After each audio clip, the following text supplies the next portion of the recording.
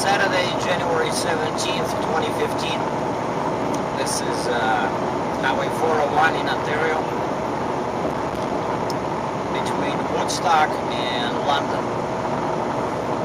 And I'm heading to the border in Port Huron with this three-legged forklift. Left Cambridge this morning, check my chains, added one more chain on the deck there to help keep the old boards in place where that single wheel sits. And everything's good, so it's -6 Celsius, pretty good weather. And my cruise control is set at 61 miles per hour. Basically 1440 RPM. And my delivery is in Toledo, Ohio for Monday. So I got 2 days to do 400 kilometers or 240 miles.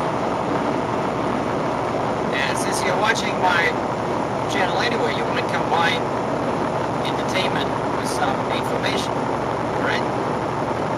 So I've been doing some research about, just looking into some news. One article that's of interest was about drinking and longevity. And it's actually different from other stories I read on this topic, and they say that actually if you don't drink moderately every day, your chances of dying from a heart attack are higher, especially if you don't drink at all. And moderate drinking, they were saying up to 2 drinks a day for women and up to 4 drinks a day for men. And this interesting story said that Americans actually drink less. They were talking about Americans, not Canadians, but Americans drink less than, let's say, people in France and Italy, but the amount of heart attack related deaths is pretty much the same, if not higher. So whatever you do, don't quit drinking. And our communist party leaders in Russia knew this. This was the official party line that good cognac, a little bit of good cognac with brandy every day was good for you. And back then I remember the best cognac was from a former Soviet republic called Armenia.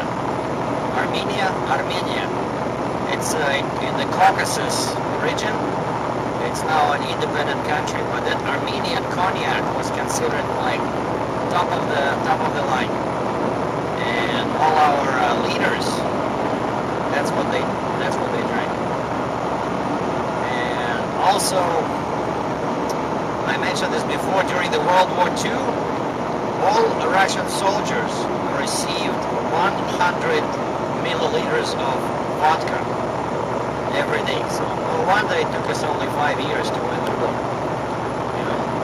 So the trick is, don't drink a little bit every day. But what's bad is that when you either don't drink at all or you don't drink a few days and then you try to, hey, I'm allowed 4 drinks per day, so that's what, like 28 drinks a week, so you don't drink 3 days and then you have 28 drinks in 4 days. That's bad, but a little bit is good. And another story I really liked was connecting how many hours you work a week to heavy drinking. And it turns out that Americans, again they were talking about Americans, not Canadians, but this statistics is probably true for Canada too, because they were saying that Americans work on average much more hours a week than people in other countries. And research found a direct relation between long hours and heavy drinking. The people that work long hours drink more than they should. So stop working long hours, And another story was about, I was researching like exercise and longevity, what kind of exercise is good.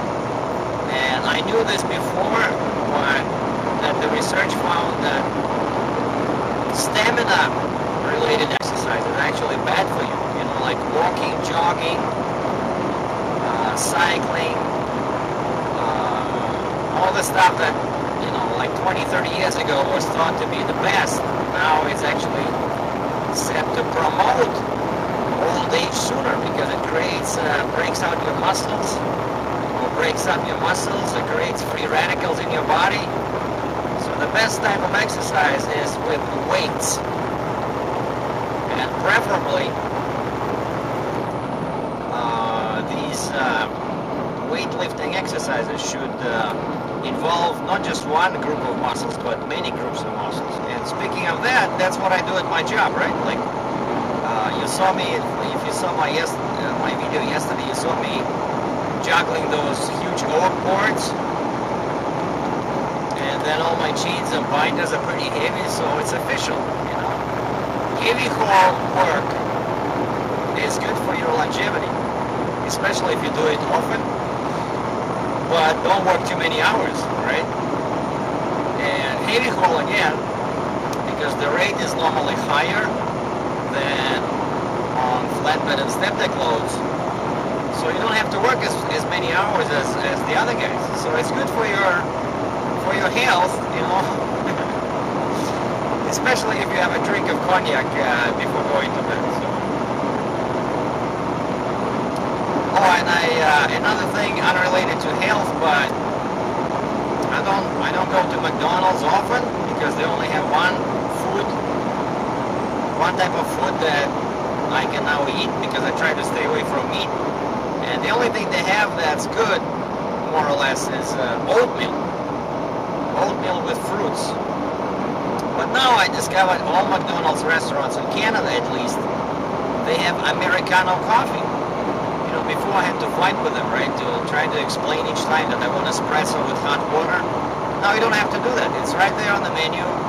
Americano, large, small, medium. And they have the machine.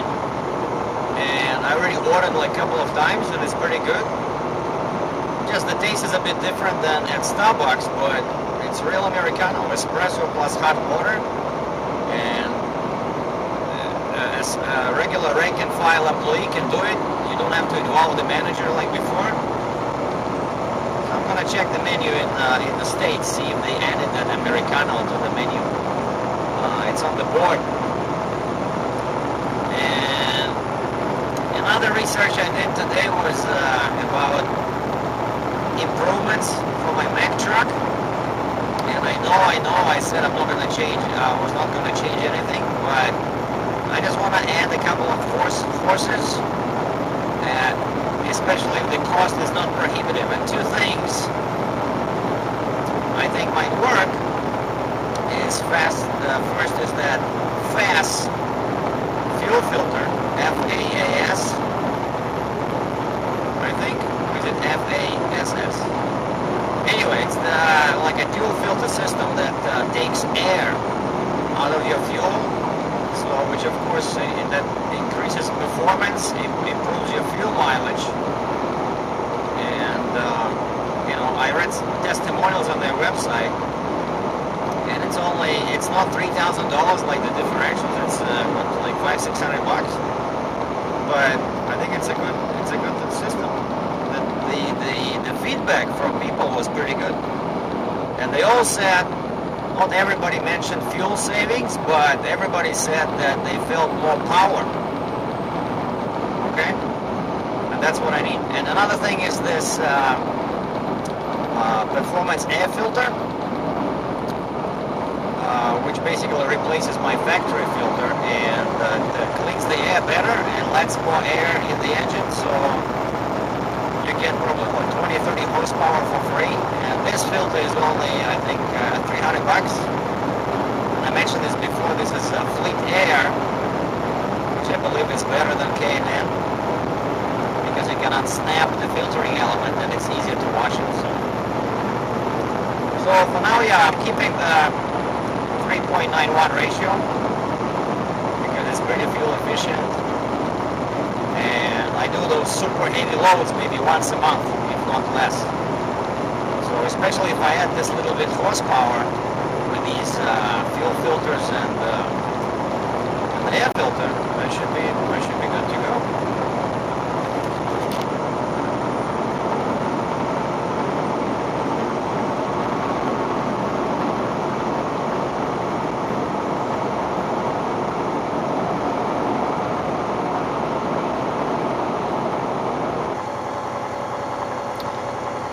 Once again, I'm crossing the Blue Water Bridge.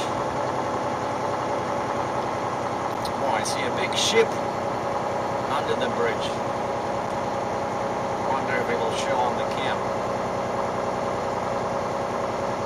And the water is pretty clear from ice.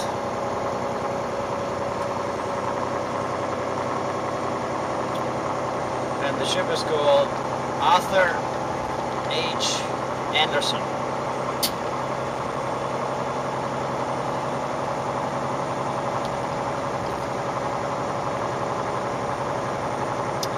Hello, Michigan. Welcome to the USA.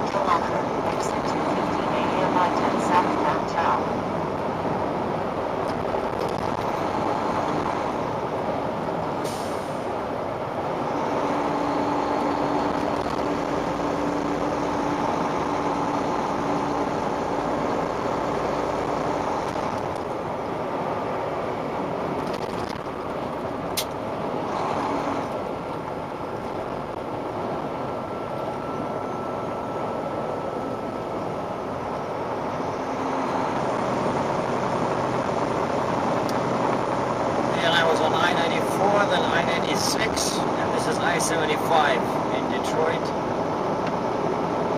So heading south, and straight ahead you should be able to see, okay, this is bridge to Canada, but straight ahead a bit to the left you will see the Ambassador Bridge. Remain on the current road in 1.1 kilometers by 75 south of the Freeway South. Yeah, that's the one we used to cross from or into Windsor. But I rarely use that crossing because it's awful. The bridge is very old and there's lots of lights on the Canadian side. But once they finish the bypass on the Canadian side, then maybe I'll use it. Remain on the current road by 75 South Fisher Freeway South.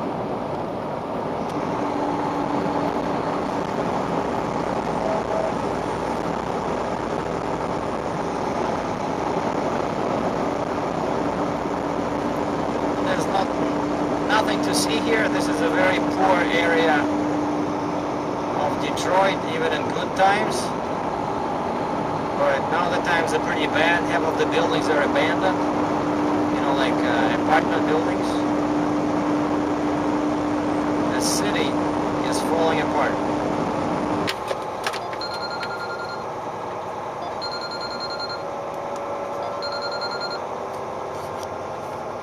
Hello? Yeah.